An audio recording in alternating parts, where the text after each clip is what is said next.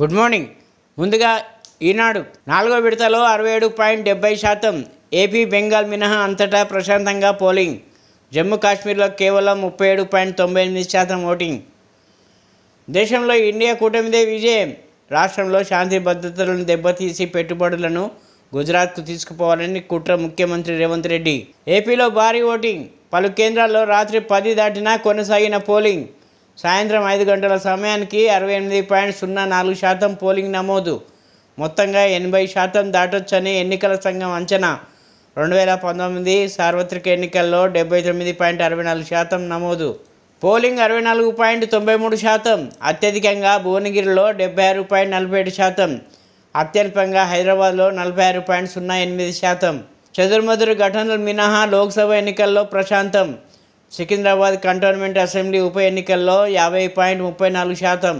విజయం పదిలమే. 3 ప్రధాన పార్టీల్లోనూ అదే ధీమా. పోలింగ్ సరళిపై విశ్లేషణ. సానుకూల అంశాలపై ఎవరి అంచనాలు వారివే. ప్రాంతీయ పార్టీలదే కీలక పాత్ర. కేసీఆర్. తెలంగాణలో కొత్త శక్తిగా భాజపా. 2 అంకెల లోక్సభ స్థానాల్లో గెలుస్తాం. కిషన్ రెడ్డి.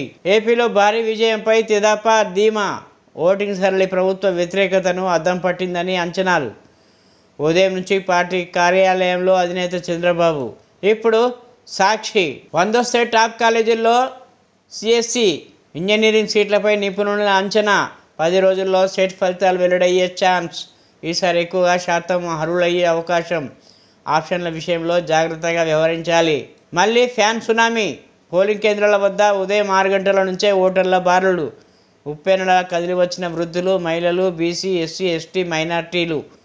పట్టణాల కంటే గ్రామీణ ప్రాంతాల్లోనే అధిక శాతం ఓటింగ్. సాయంత్రం 5 గంటలకి 68.04% పోలింగ్ నమోదు. ఎర్రవెల్లిలో పార్టీ అధినేతతో కేటీఆర్, హరీష్ సమావేశం. 10 సీట్లపై కమలం ఆశలు. మహిళలు, యువత పెద్ద సంఖ్యలో తమకే ఓట్లు వేశారనే విశ్వాసంతో బీజేపీ ముఖ్య నేతలు. ప్రధాని మోదీ పట్ల వివిధ వర్గాల ఓటర్లలో సానుకూలత వ్యక్తమైందనే అభిప్రాయం. గ్రామీణ ప్రాంతాలతో పాటు పట్టణంలోనూ సానుకూలంగా ఉందనే అంచనాలు. ఉప్పెన్నెల ప్రభుత్వ సానుకూలత. తమ సంక్షేమానికి కృషి చేసిన సీఎం జగన్కు ప్రజలు అండగా నిలిచారు. వైఎస్ఆర్సీపీ రాష్ట్ర ప్రధాన కార్యదర్శి సజ్జల రామకృష్ణారెడ్డి. 64.93% పోలింగ్. రాష్ట్రంలో ప్రశాంతంగా ముగిసిన లోక్సభ ఎన్నికలు. కంటోన్మెంట్ అసెంబ్లీ ఉప ఎన్నికకు ఓటింగ్. వివిధ సంఘటనల్లో 38 కేసులు నమోదు. 115 పోలింగ్ కేంద్రాల్లో ఈవీఎంల మొరాయింపు. వాతావరణం చల్లబడటంతో రోజంతా కొనసాగిన పోలింగ్.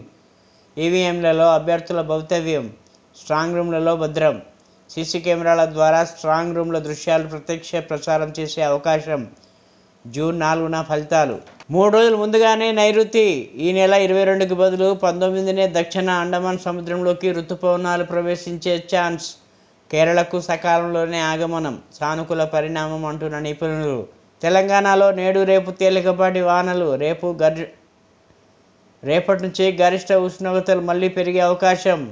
ఇప్పుడు ఆంధ్రజ్యోతి. వాహనాలన్నీ హైదరాబాద్ వైపే. ఊళ్ళ నుంచి నగరానికి తిరిగి వస్తున్న ఓటర్లు. పతంగి టోల్గేట్ వద్ద ట్రాఫిక్ జామ్. 2 రోజుల్లో 1.5 మంది టీఆర్టీసీ బస్సులో రికార్డు స్థాయి రాకపోకలు. 10లో 93.6%, 12లో 87.9% ఉత్తీర్ణత. సిబిఎస్ఈ ఫలితాలు విడుదల. జూలై 15 నుంచి సప్లిమెంటరీ. సుశీల్ మోదీ కన్నుమూత. క్యాన్సర్ చికిత్స తీసుకుంటూ తుది శ్వాస విడిచిన బీజేపీ సీనియర్ నేత. సంతాపం తెలిపిన రాష్ట్రపతి, ప్రధాని. బీహార్ డిప్యూటీ సీఎంగా 11 ఏళ్లు పనిచేసిన సుశీల్ మోదీ. జన సునామీ.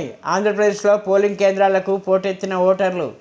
కడపటి వార్తలు అందే సమయానికి 81% పోలింగ్. పల్లెలు, పట్టణాలనే తేడా లేదు. తొలి ఓటర్లు విద్యావంతుల్లో జోష్.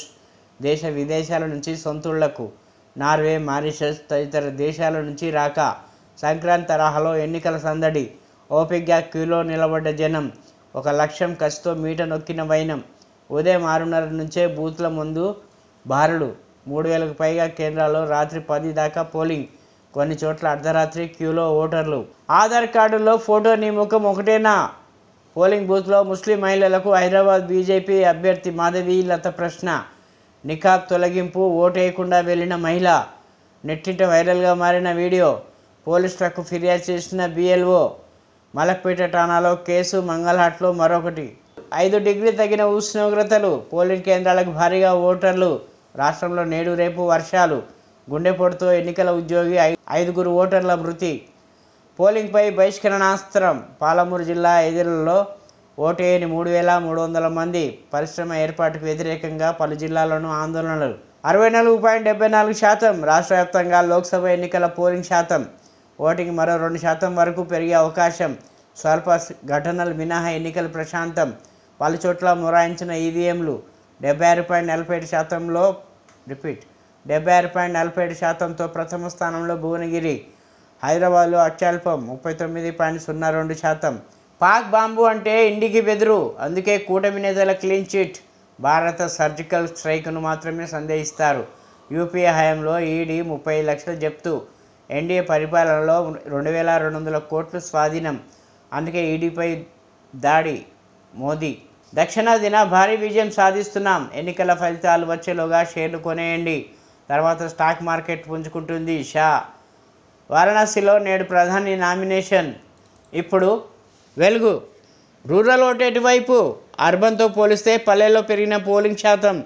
ఎవరికి కలిసి వస్తుందోనని లెక్కలు వేసుకుంటున్న పార్టీలు, అభ్యర్థులు.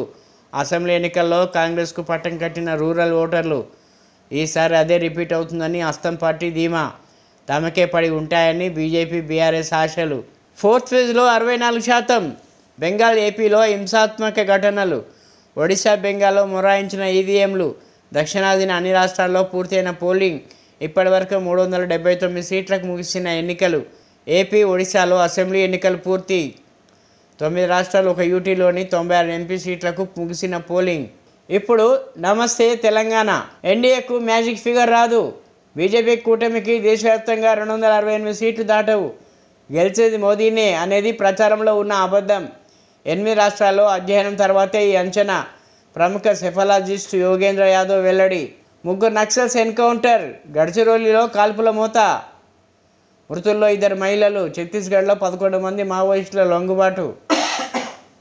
ఓటెత్తిన ఆంధ్రప్రదేశ్. 76.50% దాటిన పోలింగ్. ఎన్నికల ఘర్షణలతో రాష్ట్రం రణరంగం. అసెంబ్లీ ఎన్నికల్లో పలుచోట్ల ఉద్రిక్తత. 11 కేంద్రాల్లో ఈవీఎంల ధ్వంసం. తెనాలిలో లైన్లు రమ్మన్న వ్యక్తిని కొట్టిన అభ్యర్థి. చెంప చెల్లుమనిపించిన ఓటరు. నరసరావుపేటలో పోలీసుల ఫైరింగ్. తాడిపత్రిలో ఎస్పీ వాహనంపై అటాక్. ఉద్రిక్తతలపై ఎన్నికల సంఘం సీరియస్.